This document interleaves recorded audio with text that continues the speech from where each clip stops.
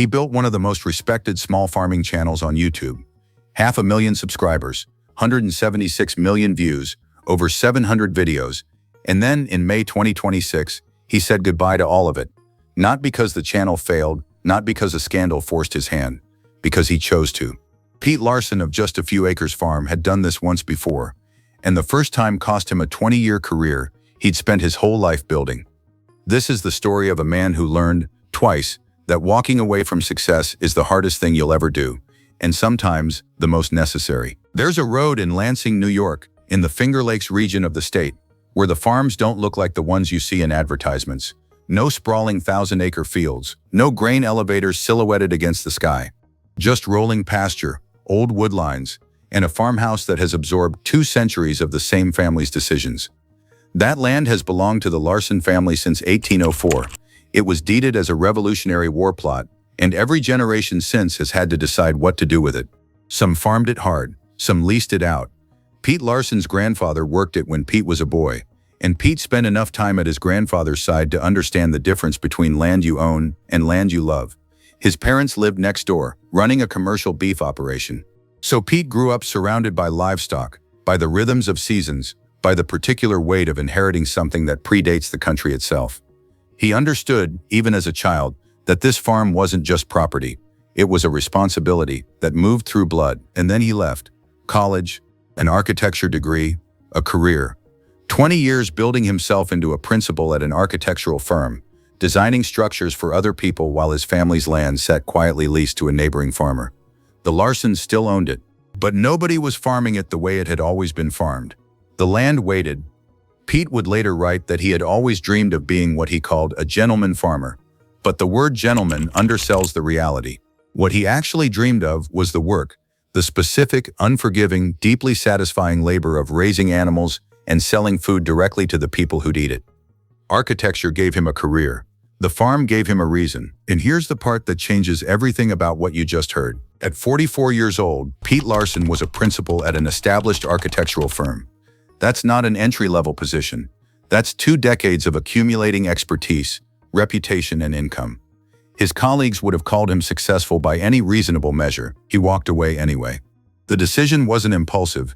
It was the kind of decision that builds slowly, the kind you feel in your chest for years before you finally say it out loud. Pete documented the entire psychological arc of that transition in his 2014 memoir, A Year and a Day on Just a Few Acres. The book is unflinching about the fear involved. He describes encountering what he called the doubting ghosts of his former self, the version of him that had been trained to measure life by professional accomplishment, and worried constantly about what it meant to give that up. But he and Hilary had certain advantages most people making this kind of leap don't have. They owned the land outright, no mortgage. They had a modest savings account to get started. And Pete had a philosophy, inherited directly from his great-grandmother, who had managed the farm for decades before him. She was frugal. She kept overhead low. She never bought what she couldn't pay for. Pete and Hilary adopted the same system. No debt, no credit cards, no equipment loans. Every piece of machinery on the farm was old enough to have fully depreciated, and Pete could fix it himself, which mattered. When they needed to buy something, they waited until the farm account had the money. When it didn't, they waited longer. "You can't make it on a small farm if you insist on having new equipment," he said in one interview. It's the kind of sentence that sounds like common sense until you understand how rare it is to actually live by it. The farm runs Dexter cattle, a smaller Irish heritage breed that, as Pete described it, produces well-marbled steaks and sets the operation apart in the local marketplace. Alongside the cattle, broiler chickens, laying hens, turkeys, hogs, poultry butchered on farm, beef processed at a local facility, products sold through a community-supported agriculture program, and at farmers markets directly to the people eating them. By Pete's own account, it took 6 to 7 years before the farm was genuinely self-supporting. 6 to 7 years of drawing down savings, of uncertainty, of proving to himself and everyone watching that the decision had been right. And that's when the decision was made, the one nobody around him saw coming. In August 2019, Pete Larson started a YouTube channel. He wasn't chasing subscribers. He wasn't building a brand. He was, by his own description, doing what he'd always done when he found something worth sharing, talking about it clearly and honestly. He had enjoyed public speaking during his architecture career. He understood how to explain complex things to people who weren't already familiar with them. and he believed deeply that most people had no idea where their food came from or what it actually took to raise it. The channel's premise was simple: a seventh-generation farm, 45 acres, a family trying to make a living selling directly to their community. No debt, no shortcuts. Pete appeared on camera the same way he did everything else, without performance, without manufactured drama, without the heightened energy that most content creators lean on to hold attention. He just talked. He showed the work. He explained his thinking. The audience found him anyway. By the time the channel reached its first 100,000 subscribers, it was clear that what Pete had accidentally built was a refuge, a place on the internet where nothing was exaggerated, where the problems were real problems with real solutions, where a man in his 50s could explain the behavior of a Dexter bull with the same calm he'd used to explain a zoning ordinance. The comment sections filled with people who said they had no interest in farming but watched every video. People who said Pete reminded them of their grandfather. People who said the channel was the only content they watched with their kids.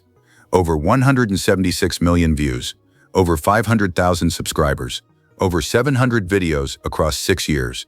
The farm that Pete's great-grandmother had shaped with frugality and patience had, through a combination of that same philosophy and one aging man talking honestly to a camera, become one of the most quietly beloved rural channels on YouTube. What happened next is the reason this story spread across the internet. Success on YouTube carries a cost that doesn't appear in the analytics dashboard. It lives in the unspoken contract between a creator and their audience, the expectation that the videos will keep coming, that the rhythm will hold, that the person on camera will always be there when you come back to check. For Pete Larson, that rhythm was never manufactured. He uploaded when there was something worth showing. He talked when there was something worth saying. The channel's pacing reflected the actual pacing of farm life, deliberate, seasonal, shaped by what the animals and the land required rather than what the algorithm preferred. But by 2025, something had shifted. Not in the farm. The farm was the farm. The cattle still needed moving, the chickens still needed processing, the pasture still needed managing. What had changed was the weight of the platform itself. The YouTube algorithm rewards consistency. It rewards volume. It rewards the kind of relentless production schedule that makes sense for a team with editors and researchers and social media managers, but is nearly impossible for one man running a real working farm with his wife and 3 children, managing livestock 365 days a year without hired hands. Pete had built everything himself: the architecture career, the farm business, the channel. He had never outsourced the things that mattered. Viewers started noticing by early 2026. The upload frequency had quietly decreased. The gaps between videos grew longer. Commentary channels noticed and began speculating. Some of those videos have now pulled hundreds of thousands of views. Concern spread through the community of regular viewers. People who had followed the channel for years began asking the same question: what's happening at just a few acres? Pete had also been carrying something heavier than an algorithm. Questions about Hilary's health had circulated among the channel's community in the months prior to the sign-off. Pete never addressed these questions directly on camera, which, if you know anything about how he operated, is entirely consistent with who he is. He doesn't perform his private life. He never had. He would not start now. Most people who know this story stop here. But the real story starts right now. In early May 2026, Pete Larson uploaded his final video to Just a Few Acres Farm. He had been on YouTube for 6 years and 3 months. He had published more than 700 videos. He had grown the channel to 516,000 subscribers. He had accumulated 176 million views across content that ranged from cattle management techniques to the philosophical underpinnings of debt-free farming, to quiet, unedited walks across the land his family had worked since George Washington was still alive. And in that final video, he said goodbye. He didn't dress it up. He didn't do a retrospective highlight reel. He didn't announce a book deal or a podcast or a pivot to a different platform. He said, in effect, "We're done here." He and Hilary, both now in their 50s, were stepping into a new chapter. And unlike the last time he'd done something like this, he wasn't going to tell anyone what that chapter was. "It occurred to both of us that we didn't need to know," Pete said. Those 8 words stopped a lot of people who heard them. Because that is not how YouTube works. YouTube demands a narrative arc. It demands next steps. It demands the announcement of what's coming, so viewers will click the notification bell and come back for the next phase of the story. Pete Larson declined. He had always declined. Near the end of the video, he said 2 words that carried more weight than anything else in the entire 30-minute goodbye. 2 words that made it clear he understood exactly what he was leaving behind. He said, I'm sorry. Not because he had done anything wrong, because he knew people had built their mornings around his channel. He knew the rhythm of it had become part of how hundreds of thousands of people started their week, and he was sorry to break that rhythm. He carried the weight of it. He just carried it out the door. Chuck from Sheraton Park Farms, one of the rural YouTube community's most respected voices, published a tribute video within weeks, calling it the end of an era. And if you think that was surprising, stay with me, because this next part is why the whole story matters. The thing that makes Pete Larson's story genuinely unusual is not that he left YouTube. Creators leave all the time. Burnout, controversy, demonetization, declining views. The platform is littered with the abandoned channels of people who couldn't sustain the pace. Pete's channel wasn't declining. It was still pulling over 1.5 million views a month as recently as early 2026. His subscriber count was still growing. The farm was still running. By every external metric, there was no reason to stop. He stopped anyway. And this is the second time he has done it. At 44, he walked away from a 20-year architectural career at its peak. Principal at a firm, established reputation, stable income, to restart a farm that everyone around him doubted could support a family on 45 acres. He spent 6 years proving them wrong. He wrote a book about the psychology of that decision, specifically because he wanted other people to understand that the version of success that other people could see from the outside and the version that felt right on the inside are not always the same thing. Then he built a YouTube channel, grew it to 500,000 subscribers and 176 million views, and walked away from that too, for the same reason. There's a through line here that Pete himself has articulated, in both his book and his videos, the idea that the right life has to be actively chosen, not passively accumulated. That staying in something because it's working is not the same as staying in it because it's right. Most people never have the occasion to test this idea once. Pete has tested it twice, and both times, the decision required him to give up something real and visible for something uncertain and internal. The farm will almost certainly continue. The land is still in the family. The cattle are still on pasture. The Larsons are not walking away from just a few acres farm. They are walking away from the camera pointed at it. Those are two different things. Here's what the comments kept asking, and here's the answer they never got, until now. The legacy question with any YouTube channel is always the same. Does it matter, beyond the view count? For just a few acres farm, the answer is unusually clear. Pete Larson spent 6 years showing an audience of 500,000 people, something almost no agricultural content shows. What a small farm actually looks like when it works. Not as a lifestyle aesthetic, not as a survivalist fantasy, but as a real business model built on debt-free operations, direct-to-consumer sales, and the disciplined application of principles handed down through 7 generations.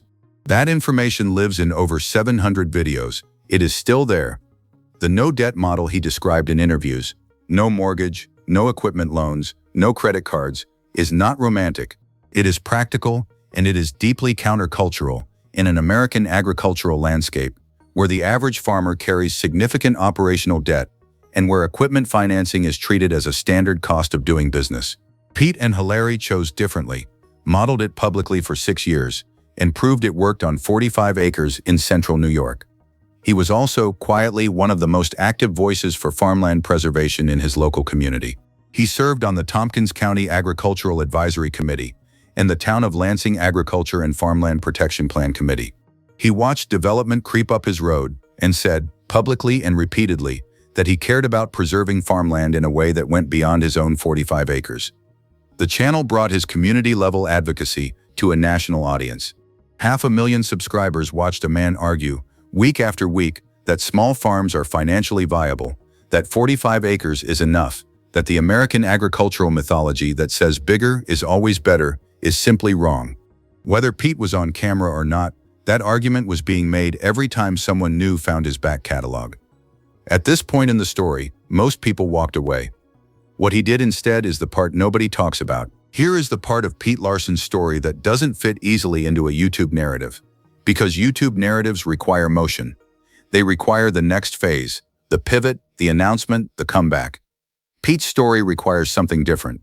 It requires sitting with the fact that some endings are just endings. He was 44 when he left architecture.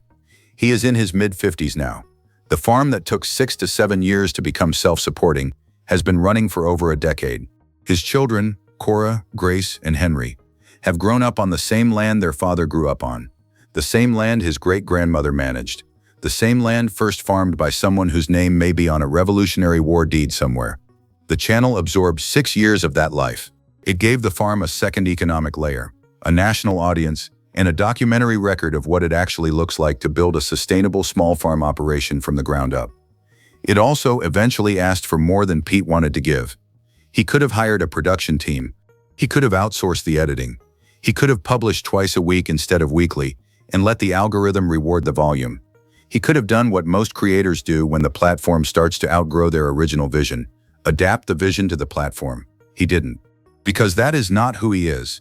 The same philosophy that shaped the farm, keep overhead low, control costs, don't take on debt you don't need, also shaped how he approached his own attention and time.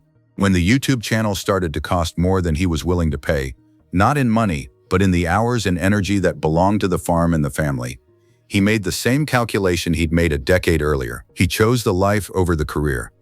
The tragedy here is not failure. That's what makes it a tragedy. The tragedy is that sometimes the thing you build so beautifully is the thing you have to leave behind in order to go on living the way you believe you should. Pete Larson didn't lose just a few acres farm. He chose it, over the channel that was supposed to show it to the world.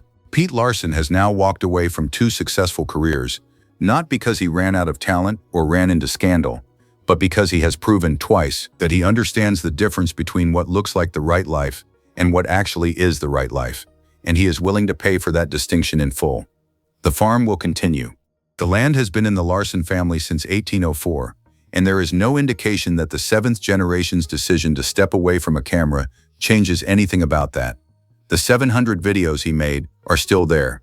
The 500,000 people who found their way to a quiet farm in Lansing, New York, through a screen still carry whatever they took from it. Pete and Hilary don't know what comes next, and by his own account, they've made peace with that. It occurred to both of us that we didn't need to know. The question is whether that kind of peace is available to you. If you had built something 500,000 people valued, and giving it up was the only way to keep living the life that made it worth building in the first place, would you walk away? Or would you stay for the numbers?